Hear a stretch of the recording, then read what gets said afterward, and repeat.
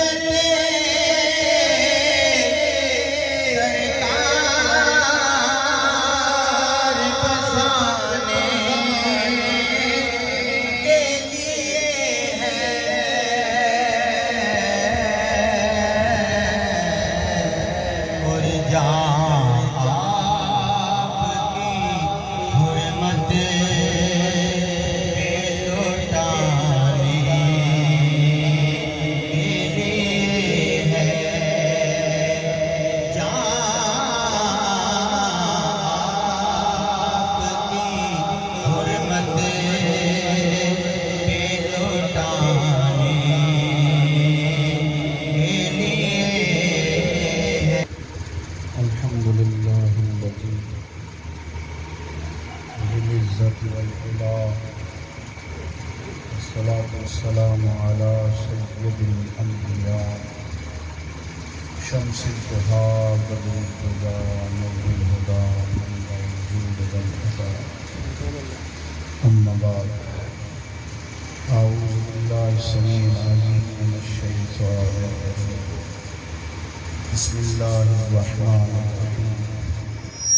يا أيها الذين آمنوا اجتنبوا كثيرا من الظن إن بعض الظن إثم. صدق الله العظيم. درود شریف پڑھیے، الصلاۃ والسلام علیک یا سیدی یا رسول اللہ وعلی آلک وصحبہ یا سیدی یا حبیب اللہ۔ موبائل پہ توجہ کم کریں اور ہماری بات پہ زیادہ کریں۔ السلام علیکم یا سیدی یا رسول اللہ وعلی آلک وصحبہ یا سیدی یا حبیب اللہ۔ حمد و صلوات کے بعد دو ایک باتیں کرنی ہیں آپ کے ساتھ ہی، بہت پرانا بڑا گہرا میرا ان کے ساتھ تعلق تھا، ایک علاقہ ہے ہمارا، میں انہیں زیادہ جانتا ہوں اس لیے کہ 4 دفعہ مسلسل میں اور وہ ایک ہی مسجد میں اعتکاف کرتے ہیں۔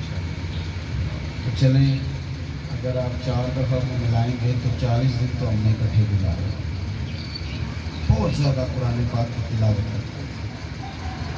بہت شروع میں انہوں نے نبی کریم علیہ السلام کی سنت کو اپنے چہرے پہ سجا دیا، اپنی زندگی کو دین کے مطابق گزارنے کی کوشش کرتے تھے۔ ہم انسان ہیں، کمزوریاں تو ہمارے اندر بہرحال رہ جاتی ہیں، لیکن اچھا اخلاق، اچھا انداز اور جد و جہد کر کے کوشش کرتے ہیں۔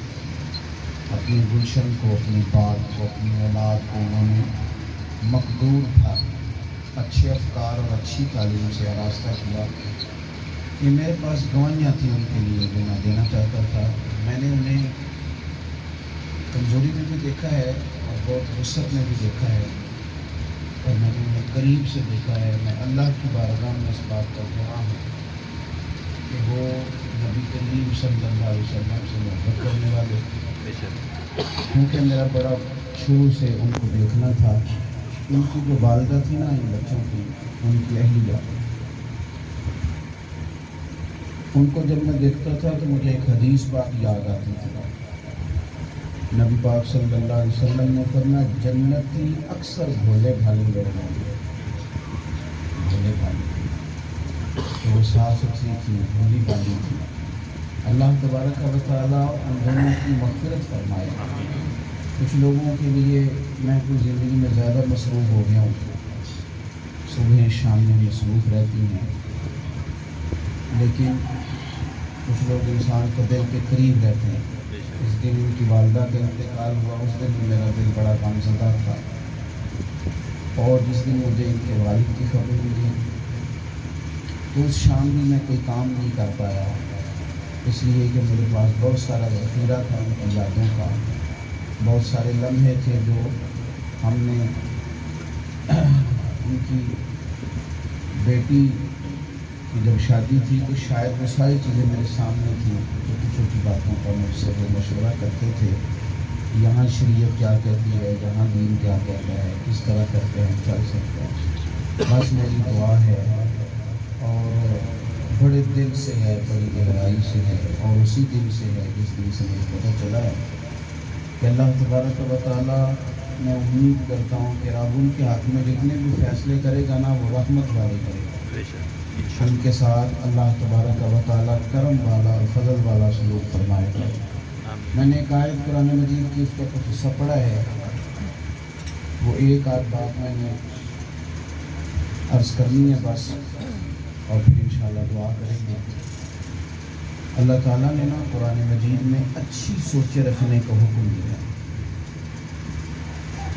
فرمایا یا ایھا الذین آمنوا اجتنبوا کثیرا من الظن ان بعض الظن اثم۔ اے ایمان والو بہت سارے گمانوں سے بچا کرو، اس کی ایک کو ذرا کم کر دیں، گمانوں سے بچا کرو، بعض گمان بھی گناہ ہیں۔ بہت سارے برے خیالات سے، بری سوچوں سے، بدگمانیوں سے بچنا چاہیے۔ مسلم شریف میں حدیث ہے، اللہ کے محبوب فرماتے ہیں کہ بدگمانی، بری سوچ، یہ سب سے بڑا جھوٹ ہے۔ جب تک آپ کو کسی چیز کی حقیقت کا نہیں پتا اتنی دیر تک اس کے بارے میں کوئی گمان نہ پیدا کریں۔ ہمارے آج کل جو زیادہ مسائل ہیں نا وہ جسمانی نہیں ہے، وہ ذہنی ہے، اور لوگ جسمانی طور پر اتنے نہیں تھکے جتنے ذہنی طور پر تھک گئے ہیں۔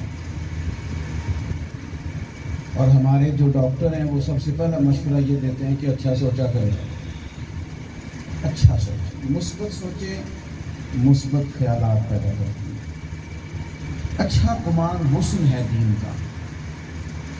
آپ نبی پاک صلی اللہ علیہ وسلم کی سیرت مبارکہ کا مطالعہ کریں گے نا تو اچھی سوچیں، اچھی امیدیں، اچھے تصورات یہ حضور نے ہمیں عطا فرمایا۔ آپ غور فرمائیں کہ احد والے دن حضرت عائشہ صدیقہ رضی اللہ تعالیٰ عنہ فرماتی ہیں وہ سب سے سخت دن تھا۔ نبی پاک علیہ السلام کو جسمانی طور پہ بھی انہوں نے بڑی تکلیف دی، کفار مکہ نے حضور کے دانت مبارک شہید کر دیے، وجود مبارک، اور جو انہوں نے قلبی تکلیف پہنچائی، حضور کے پیارے چچا کو شہید کر دیا، بہت ساری تکلیفیں سرکار کو انہوں نے دی، لیکن اس کے باوجود جب صحابہ نے اس کی حضور آپ دعا کیوں نہیں کرتے کہ یہ تباہ ہو جائے؟ ہمارے ہاں نا لوگوں نے صبر کا ترجمہ ہی نہیں آج تک سمجھا کہ صبر کس کو کہتے ہیں۔ آپ مصیبت کے ایک مہینے کے بعد جو صبر کرتے ہیں وہ صبر نہیں ہوتا، وہ تو زخم ٹھیک ہو جاتا ہے۔ صبر کی تعریف جو حدیث پاک میں ہے وہ یہ ہے کہ انما صبرهم عند الصدمۃ الاولیٰ، جب آپ کے اوپر مصیبت آئی اس وقت جب آپ اللہ کی رضا پہ راضی ہو تو پھر آپ صابر ہیں۔ 2 ہفتے کے بعد تو زخم اچھا ہو جاتا ہے، پھر تو ساری دنیا صبر کر لیتی۔ عند الصدمۃ الاولیٰ، صدمے کے وقت آپ کی کیفیت کیا ہے، آپ کی زبان پہ کیا ہے، آپ کے دل پہ، ان کو صبر کرتے ہیں۔ یعنی ابھی کسی بندے نے آپ کو گالی دی تو رد عمل کے طور پر آپ کیا ہیں، 2 گھنٹے کے بعد تو ویسے ہی دماغ ٹھنڈا ہو جاتا ہے، تو پھر کاہے کا صبر ہے؟ اس رد عمل کے موقع پر اگر آپ نے اس کو معاف کیا تو پھر آپ صابر ہیں. میری بات سمجھ میں آ رہی ہے آپ بھائی؟ میں نے کہا تھا کسی تفصیل میں جانے کا وقت نہیں ہے، بس یہ بات آپ کو عرض کرنی ہے کہ انہوں نے اتنی تکلیف دی، 70 صحابہ شہید ہوئے، اور پھر انہوں نے نا حد کر دی، کفار میں دشمنی کی. حضرت امیر حمزہ حضور کے چچا تھے اور پیارے تھے. ایک ہوتا ہے کسی شخص کا انتقال کر جانا، اور ایک یہ حالت کر دینا کہ اس کی آنکھیں نکال دی جائیں، زبان کاٹ دی جائے، وجود سارا حصے بکھرے کر دیے جائیں. اتنی سخت تکلیف کے باوجود بھی جب صحابہ نے کہا نا دعا کریں، تو یہ سوچ دی ہے نبی پاک نے کہ سوچیں مثبت کیسے بنانی ہے، ذہن کو مثبت کیسے رکھنا ہے، اپنے آپ کو تسلی کیسے دینی ہے. یا رسول اللہ دعا کر دیں یہ تباہ ہو جائیں. اور صحابہ میں کچھ لوگ بڑی ٹھنڈی طبیعت کے جو جس طرح حضرت ابوبکر صدیق، حضرت عثمان غنی، یہ اپنی مزاج کے لحاظ سے حلیم الطبع، ٹھنڈا کا مزاج. اس دن حضرت صدیق اکبر نے بھی کہہ دیا حضور کریں دعا یہ تباہ ہو جائے. حضور نے فرمایا اچھا کر دوں حضور کر دیں. ہاتھ اٹھائے نبی پاک. تکلیف پڑی ہے نا، صحابہ نے حضور کا خون بہتے دیکھا ہے. دعا کر دیں. اللہ کے محبوب نے ہاتھ اٹھائے، کیا میری طرف دیکھیں جی، کیا دعا کی؟ کہا اللہم اہد قومی فإنہم لا یعقلون. یا اللہ میری قوم کو ہدایت دے دے، انہیں شعور ہی نہیں یہ کیا کر رہا ہے. میں نے بات آپ کو سمجھانی ہے وہ آگے آ رہی ہے. اچھا کیونکہ صحابہ کلام نہیں کرتے تھے، میرا اور آپ کا دور بحث کا دور ہے. یہ بحث کا دور ہے، اس میں آپ کسی بندے کو بھی چھیڑ لیں گے تو وہ تجزیہ نگار بھی نکل آئے گا، مفتی بھی نکل آئے گا، اسکالر بھی نکل آئے گا. وہ کہے گا کہ تو ہمیں کی پتہ ہے پاکستان والے نہیں امریکہ والے بھی میں نے پوچھ کے ٹوٹ گئے. یہ سیانے لوگوں کا زمانہ ہے، تیز لوگوں کا دور ہے. اس زمانے میں لوگ تسلیم کرتے تھے، چونکہ وہ سیکھنے آئے تھے نا، اس لیے تربیت جلدی ہو گئی. جب تک برتن خالی نہ ہو اس کے اندر کوئی نئی چیز ڈالی نہیں جا سکتی. جب پہلے سے بھرا ہوا ہے اس میں بیچارہ کو میری طرح کا بندہ کیا ڈال سکے گا. تو صحابہ سوال جواب نہیں کرتے تھے، سنتے تھے. اب جب سرکار نے ہدایت کی دعا کر دی چپ کر گئے، لیکن کچھ دیر کے بعد عرض کی یا رسول اللہ زمانہ ہو گیا، یہ سیانے تو ہوتے نہیں، اور ہم نے درد سے کہا کہ تباہی کی دعا کر دیں تو آپ نے وہاں بھی ہدایت کی دعا کر دی. آخر کس بنیاد پر؟ پتہ حضور نے کیا فرمایا؟ جی آپ دیکھیں ہمارے یہاں ہر دوسرا بندہ نا امیدی کی بات کرتا ہے، نہیں جی نہیں یہ قوم نہیں صحیح ہو سکتی، ہمارے ملک کا کچھ نہیں بن سکتا، یہاں ساری دنیا ہی خراب ہے. اتنی بدگمانیاں، اور سب کے بارے میں. کسی محکمے کا نام لے لیں، وابڈا والوں کا لے لیں، پولیس والوں کا لے لیں، فوج کا لے لیں، مولوی کا لے لیں، پیر کا لے لیں، کسی بھی محکمے کا آپ نام لے لیں، لوگوں کو لگتا ہے کہ سب ڈاکو ہی بیٹھے ہوئے ہیں، کیونکہ ہم نے ایک دوسرے کے بارے میں خود یہ پلاننگ کی. سرکار کی سوچ کیا ہے؟ یا رسول اللہ دعا کر دیں گے تباہ ہو جائیں. حضور نے ہدایت کی دعا کی، یا رسول اللہ کس بنیاد پہ کی؟ تو کریم آگو فرمانے لگے اس بنیاد پہ کی ہے کہ مجھے امید ہے. میری طرف دیکھیے گا، فرمایا مجھے امید ہے کہ اگر یہ کلمہ بھی نہ پڑھتے تو ان کی آنے والی نسلیں کلمہ پڑھ دیں. تو یہ اپنی نسل سے امید لگا لیا. اتنی مثبت سوچیں. قرآن مجید نے نا ایک مقام پہ کہا ہے کہ ہو سکتا ہے کوئی چیز تمہیں اچھی لگے پر وہ تمہارے حق میں اچھی نہ ہو سکتا ہے تم کسی چیز کو برا سمجھو اور وہ تمہارے حق میں بری ہو. سورہ بقرہ میں اس کی تفصیل موجود ہے. سوچ کو اچھا رکھیں اور کھرا رکھیں. آپ کے پاس جب تک کسی کے بارے میں بیان دلیل نہ آئے تبصرہ کرنے کی ضرورت نہ کریں. اچھا سوچیں گے. نبی پاک صلی اللہ علیہ وسلم نے فرمایا لوگوں کی جاسوسی نہ کرنا ورنہ تم انہیں خراب کر دو گے. اب حدیث کے لفظوں کو یہ نہیں فرمایا بندے خراب نکل آئیں گے، فرمایا تم جاسوسی نہ کرنا ورنہ تم انہیں خراب. ہم انسان ہیں، اگر آپ ٹٹولیں گے تو پورے وجود میں کوئی تو زخم نکل ہی آئے گا، کوئی تو علامتی نشان ہوتا ہی ہے. جو کارڈ والے بھی لکھ دیتے ہیں کہ بائیں گھال پہ اس کے زخم کا نشان ہے. بھائی کوئی شے تو نکل ہی آئے گی جب آپ جاسوسی کریں گے. خیر کا کلمہ. اب میں بات ختم کرنے سے پہلے آپ سے عرض کروں، یہ ساری تمہید اس لیے باندھی کہ حضور کی حدیث ہے، فرمایا جب تم میں سے کچھ چلا جائے نا، ظاہر ہے انسان کی خوبیاں بھی سامنے ہوتی ہیں، خامیاں بھی سامنے ہوتی ہیں. اس نے جو خیر کی ہوتی ہے اس کا بھی پتہ ہوتا ہے، اور کہاں کہاں بھول گیا، الجھ گیا، اٹک گیا، کہاں کہاں اس کی جو طبی تقاضے تھے وہ غالب آ گئے، وہ بھی ہمارے سامنے ہوتا ہے. تو ہمیں حکم کیا دے دیا، اور میں اذکروا محاسن موتاکم. جب تم میں سے کوئی چلا جائے نا تو تم نے صرف اس کی اچھی اچھی باتوں کا بیان کرنا، صرف نظر کرنا ہے برائیوں سے، جانے والے کی صرف خیر ڈسکس کرنی، اچھی بات کرنی. ہم انسان ہیں، ہمیں غصہ بھی آتا ہے، ہم پریشان بھی ہوتے ہیں. انسان کے وجود میں اللہ تعالیٰ نے کچھ ایسی چیزیں رکھی ہیں کہ وہ کسی موقع پہ جا کے لالچی بھی ہو جاتا ہے، وہ کبھی کبھی خود غرض بھی ہوتا ہے، اور وہ سب کے ساتھ وہ اس طرح ہی کرتا ہے. اس کا اپنے بچوں کے ساتھ بھی کبھی جھگڑا ہو جائے تو کہتا ہے تو شروع تو ٹھیک نہیں. وہ 40 سال بتاتا ہے بیوی کے ساتھ، لیکن کبھی کبھی جھگڑے میں اس کو کہتا ہے کہ وہ مطلب منگنی والے دن سے تم ٹھیک نہیں آ رہے میرے ساتھ. حالانکہ 40 دن بھی پایا گیا تو پکڑ کے لانے والے نے کہا کہ اس نے چوری کی ہے، تو رسول کریم نے فوراً فیصلہ نہیں سنایا. سرور کائنات نے تھپکی دے کے اس بندے سے فرمایا کیوں چوری کی گئی، تم اس طرح کے ہو تو نہیں. اس نے عرض کی حضور میرے بچے بھوکے تھے، اور یہ میرا پڑوسی ہے جس کے بعد میں نے چوری کی ہے، 2-4 دفعہ میں نے مانگا ہے تو اس نے دیا ہے. پھر یہ کہتا تھا تیرا کام ہو گیا. حضور میں مجبور تھا. پتہ ہے سرکار نے وہاں ہاتھ کاٹنے کی سزا نہیں سنائی تھی، وہاں حضور نے فرمایا تھا پکڑ کے لانے والے سے کہ جب یہ جاہل تھا تو نے تعلیم کیوں نہیں دی، اور جب یہ بھوکا تھا تو نے کھانا کیوں نہیں کھلایا. کسی شاعر نے کہا تھا کہ الجھے الجھے بکھرے بکھرے روز و شب دیکھے گا کون، لوگ تیرا جرم دیکھیں گے سبب دیکھے گا کون. تھوڑا سا نا اچھی سوچیں معاشرے میں لے کے آئیں، آپ کو محسوس ہوگا کہ چیزیں عمدہ ہیں، کھری ہیں اور بہترین ہیں.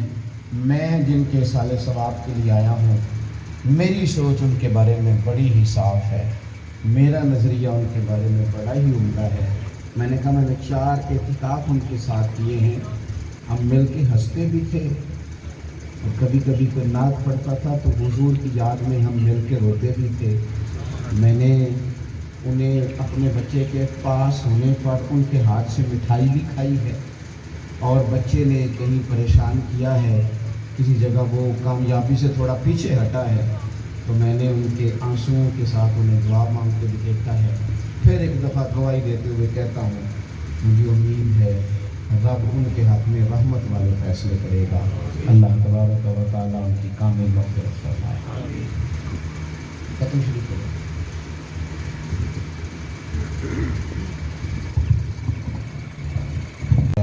بارگاہ رحمت میں قبول فرما. مالک کریم اس تمام کا ثواب ہمارے عمل کے مطابق نہیں اپنے فضل کے مطابق عطا فرما. آمین. حبیب پاک صاحب اولاد سید عالم صلی اللہ علیہ وسلم کے حضور نازلیتاً توفتاً نذرانتاً پیش ہے. مالک اپنی رحمت سے قبول فرما. تمام انبیاء، تمام صحابہ، اہل بیت، تابعین، تبع تابعین، علماء، محدثین، مفسرین، ائمہ مجتہدین، سلاسل طریقت کے بزرگان دین کی ارواح کو اصال ثواب ہے. اللہ اپنے فضل سے قبول فرما. آمین. اے اللہ، آج تک جتنے مسلمان صاحب ایمان دنیا سے رخصت ہو گئے، اللہ تو اپنے تمام بندوں کی مغفرت فرما. آمین. سب کے حق میں رحمت، فضل، کرم اور درگزر والے فیصلے فرما. آمین. بالخصوص ہم اپنی عزیز محترم ناصر محمود صاحب کے لیے دعا کرتے ہیں، ان کی اہلیہ کے لیے دعا کرتے ہیں. یہ تمام ثواب ان کی ارواح کو اصال کرتے ہیں. مالک ان کی قبروں کو ٹھنڈا اور روشن فرما. آمین. اللہ آمین.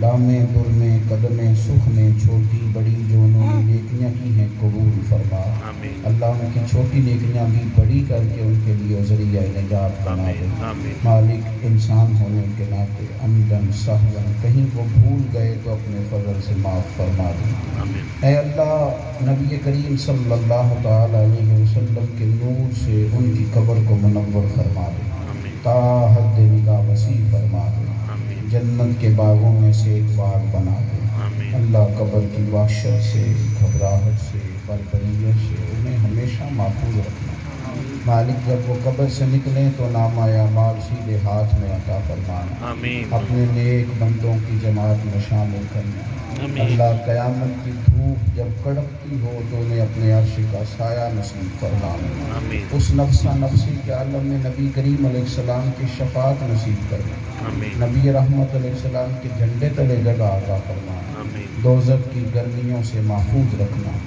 جنت کی اعلیٰ نعمتوں کا وارث بنانا مالک جو ہم نے ان کے لیے مانگا ہے تو اپنے فضل سے انہیں عطا کر دے جو ہم نہیں مانگ سکے بن مانگے اپنی رحمت سے ان کا مقدر فرما دے اے اللہ یہ تمام دعائیں ان کے والدین کے حق میں بھی قبول فرما آمین خاندان میں سے اور جتنے لوگ دنیا سے گئے ان سب کے حق میں بھی قبول فرما آمین اے آمین اللہ ان کے بچوں کی ان کے اہل خانہ کی ان کی نشانیوں کی حفاظت فرما زمانے کی تیز دھوپ سے ان کو محفوظ فرما اپنے فضل کے کرم کے رحمت کے سائے ہمیشہ ان کے لیے دراز فرما اللہ ہم سب کو